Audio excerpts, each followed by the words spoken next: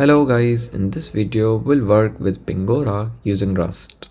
Basically, Pingora is a Rust framework that Cloudflare developed to build network services that are fast, reliable and programmable.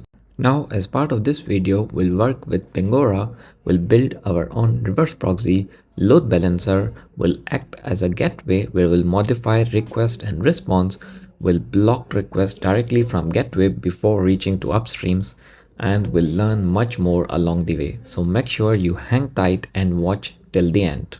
Now as we start, there is a link to my Discord in description. Make sure you join it. We do tons of discussions there and I share lots of tips, not just related to Rust, but everything going around in the tech world. So make sure you join it. Now first of all, let's get an overview of the project since we need some upstream services as well. Now if you have some APIs, some backend up and running, you can just use that. But for this video, I just added this server RS where we have a pretty basic Axiom server. We'll pass the port number using environment variables because I want to spin this service multiple times as we go along the video, because I want to use this as a load balancer as well. So we need multiple upstreams. So very basic server, there is a health endpoint that just returns up uncert from, and basically the local host and our port. So the port which will be passing as an environment variable when we spin up our service. That's literally all which is here. Now if you want to write the same, I'll share this to my GitHub in the description, so you guys can just copy, or you can pause the video and code this upstream. This is just a basic server, and for that we have in the cargo toml file we have the dependencies and feature as server. So I made this optional because we don't need these dependencies while we run our proxy binaries. So for that we need these profiles. So as you can see, the feature here is server, so only when we run the server only these dependencies will build. Similarly, now first of all let's add the dependencies that we need for Pingora for our all the features that we want to work with, which is reverse proxy, load balancer as a gateway, and much more that we'll see along the way. So let's add our dependencies first. Just to reiterate before we add the dependencies for our proxy, because I want to keep the focus of this video around proxy, so adding upstream server, you guys can use any of the previous videos that we have followed or created servers there, or you can add something like as basic as this. Now let's add our dependencies that we need for our proxy. So we'll add all of these. Pingora core with version as latest, and we need optional as true. Similarly, we need Pingora proxy, again version as latest and optional true, and Pingora load balancing, again version as latest and optional as true. And then we need is Pingora HTTP with version as latest and optional as true. And then we need async trait with version as latest and optional true. Similarly, we'll add log with version as latest and optional true, and then finally environment logger with version as latest, optional as true. And then let's add them in the features. So proxy, and then we'll just add these names. So the first feature is core, and then we have Pingora proxy, then we have is Pingora load balancing, then we have is Pingora HTTP. This is a way to optimize if you are running like multiple binaries from the same project, then this is the way to optimize your cargo toml by adding separate features, so you only build what's required. And then we have log, and finally we have is environment logger.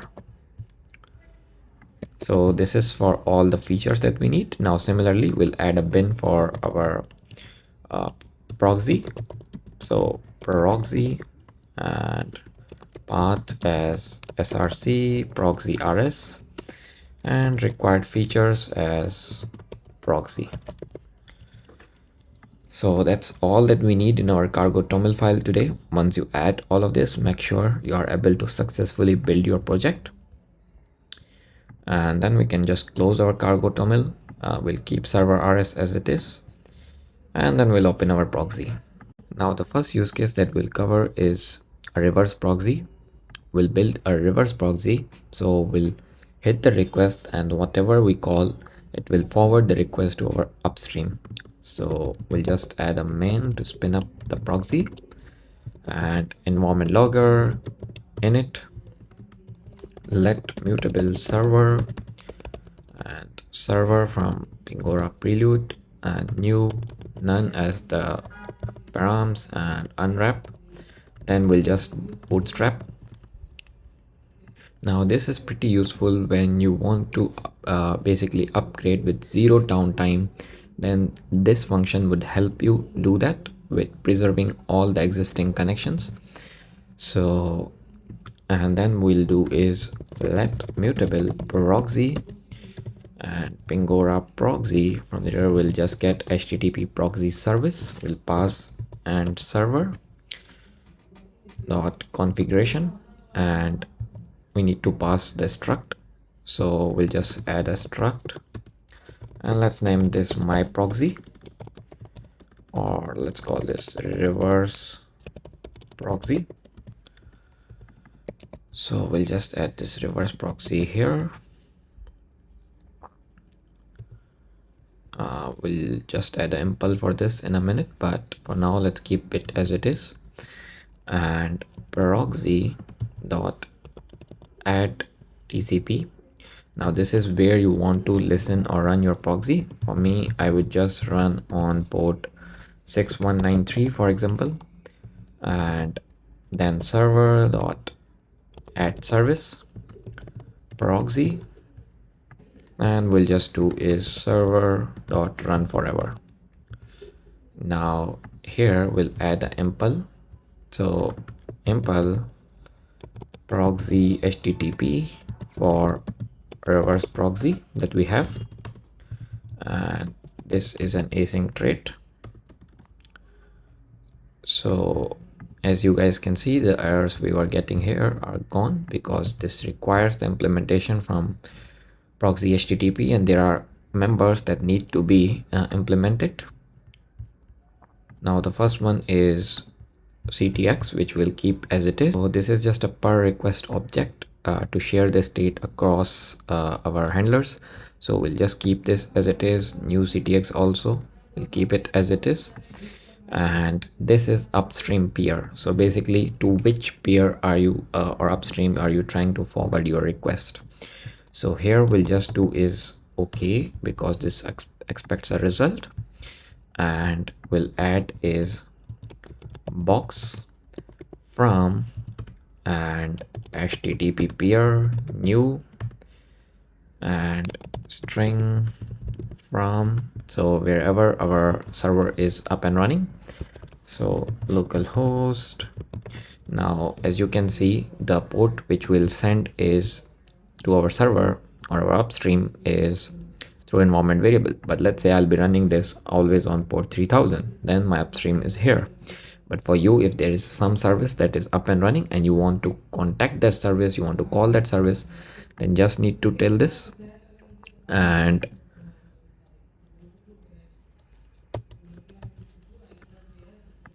then we'll also say TLS as false, since this would be on HTTP. And then we'll just say next is another required parameter which you need to pass is SNI, which is server name indication. So for me, I'll keep this empty. But let's say you know that you are calling google.com, and you know the IP, and then you know that it's google.com, then you can add here google.com and here the IP, and TLS is true. But for me, it's the HTTP localhost, and the server name I'll keep as empty. So we'll just return that. Now this is literally all you need to have a reverse proxy. So what will happen is we'll send a request to this. Let's say the request is 6193 slash let's say our endpoint, which is, let's say, something like this, 127.0.0.1, we can use this. 6193, everything is localhost. You can also use this, or 0.0, and then we'll just say slash, let's say, health. Then this request will be forwarded to this, which is our server, which we'll see in a minute. So that's literally all you need for your reverse proxy. Now let's open the terminal and run this once and test how does our server works with the reverse proxy. Now let's test our basic reverse proxy which just forwards the request. So open your terminal and we'll just run the server first with passing the port as 3000 as this environment variable which is required. And then we'll do is cargo run bin, which is server, which is from our readme. We are saying to run this bin, which is server, and in the quiet mode and the feature as server. So we run this. In the next terminal tab, we'll just run our proxy. So we can just do features and quiet. Now this would just run our proxy rust log as info because we want the minimum level of logs as info. So we just run this. Okay, so as you can see, our server is up and running, port 3000. Then we have our proxy up and running. As you guys can see, it says starting. And let's go in our testing tool and we test our application. So to our Insomnia, we add a new request, and here just HTTP localhost 6193, let's say, which is the port for our proxy, and we let's say just call this not found, and then we do slash health. We get our answer, which is up answered from our server. Similarly, let's say if I change this to something else, not found health, and I change this to post, it says method not allowed. So that's something that proxy is handling through our server. But as you guys can see, proxy does the forwarding and the response is from our server. So this is just a basic case where your request is forwarded from your client through your proxy to your upstream. And now we'll next look at how can we build a load balancer around this. So back to our IDE. Now let's work with Pingora to add our load balancer. So we covered the reverse proxy part where we get a request and it's forwarded to our upstream. But in a more real world use case, we have, multiple instances, but then there's some load balancing that's running and balancing the traffic that comes in.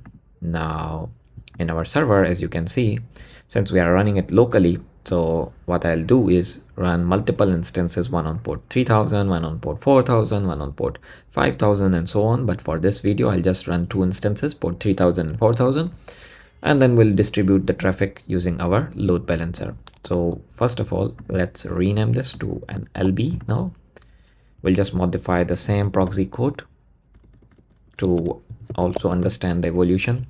Now to make it pass multiple upstreams, we'll just use arc to make it thread safe, and then load balancer and round robin. So we have our struct now which requires this, so that's why it's giving us this error here, which we'll solve in a minute. Now since we have multiple upstreams, so let's add the upstreams. So let mutable upstreams and load balancer try from iter, and here we'll just add a vector which is just like 127.0.0.1 port 3000, and another one that we have is 127.0.0.1 port 4000. Now if you have more, you can just keep on adding here your upstreams, but for me, at least for this video, we have just two. Now since you have multiple upstreams, the load balancers need to health check with your upstreams to see if the upstreams are alive enough to serve the traffic. Otherwise your load balancer would be just forwarding the traffic to a dead end. Like let's say your instance goes down and there's no point to forward that request to that instance, right? So for that need, your load balancer needs to health check. So we'll just say let HC. Now there are multiple ways to health check. One is TCP health check, which is just pinging your upstreams. So for this, you don't need to provide any endpoint. Now, if you have, let's say, your endpoint and you want load balancer to literally request and hit your upstream to check, are you alive? Are you alive? Are you alive? So for that, you can use HTTP health check. And here you can pass your host and TLS or not. But for this video, I'll just stick with TCP health check. And we'll just say TCP health check new. We don't need to pass anything, and then upstreams dot self health check and HC. Now if you are using HTTP health check, then just populate it and pass in the same way. Now since we have our upstream health check, we'll just do the health check frequency, like what's the duration that you want to keep the health check. So let's say I want to do health check every 2 seconds. So you can just add the value here, every 5 seconds, every 1 second. If it's critical enough, maybe you want to reduce it to 30 seconds, or sorry, half seconds, or it's up to you, but I'll keep it to 2 seconds. And once we have our health check, now we'll just do is a background or health check. So background service that does the health check. So we'll name this service as health checker or health check, whatever you want to name this. Pass your upstreams. So it would just, after every amount of duration that you pass, it will go ahead and do the health check for you. And then let upstreams background dot task, and you get your upstreams, and just pass along upstreams. And actually we have to add the upstreams here and pass our proxy. So that's literally all that we need to do here. As you guys can see, pretty straightforward. Now once we have our upstreams and health check set up, we'll just go ahead and modify how we pick our upstream. Here we have hard coded, which we cannot in case of we have multiple instances. So we'll just do is upstream self 0 and select and 256 and unwrap. So the upstream, and instead of this, we'll just pass the upstream. And right here we can add info saying forwarding request to, and here we can add is upstream. So whichever will forward the request to which upstream, we can have an info log, and rest is just this. So we have now upstream, and again it's not HTTPS, so false, and we don't have a SNI. This is pretty much all that you need for your reverse proxy to turn into a load balancer. Now again, let's go ahead and test this. So open your terminal. Now we'll run the server once on port 3000 and once we'll run on port 4000. So let's modify our command to pass the environment variable as 4000, and 4000 there is 3000, and now we run our proxy. So we just run our proxy. Okay, I think there is some error while we print or log our upstream. So we can just do is address and toString. Let's try to run this now. Okay, so we have our proxy up and running. We have our server 1, server 2. Now let's get back to Insomnia and test this. So back to Insomnia, everything remains as it is. We send a request, we get response from 3000. We send another one, we get a response from 4000. Another one, 3000, 4000, because it's doing the round robin. One request to one, another to another one. So as you can see, it's doing a round robin and sending our request. Now let's get back to our ID. Now back to our ID, and some other things that you can play around is, instead of using round robin, you can check for other selections here. Right now as we speak, there is one more which is random. So you can pass the random, and then it will randomly distribute the traffic, which might not be ideal, but again you can experiment with that. I'll just keep it round robin. And once we have satisfied load balancer, now we'll act as a gateway and first of all try to block the requests for certain URL, let's say. So we move back to server proxy. Server remains as it is, and let's do that. Now let's do request filtering. So for that we'll say async fn request filter, and this is the one that we'll use for filtering. So this one goes ahead and helps you in filtering out the requests. So let's say if let's say session dot request header dot URI path and starts with /health. If doesn't start with health, then we just block it right away.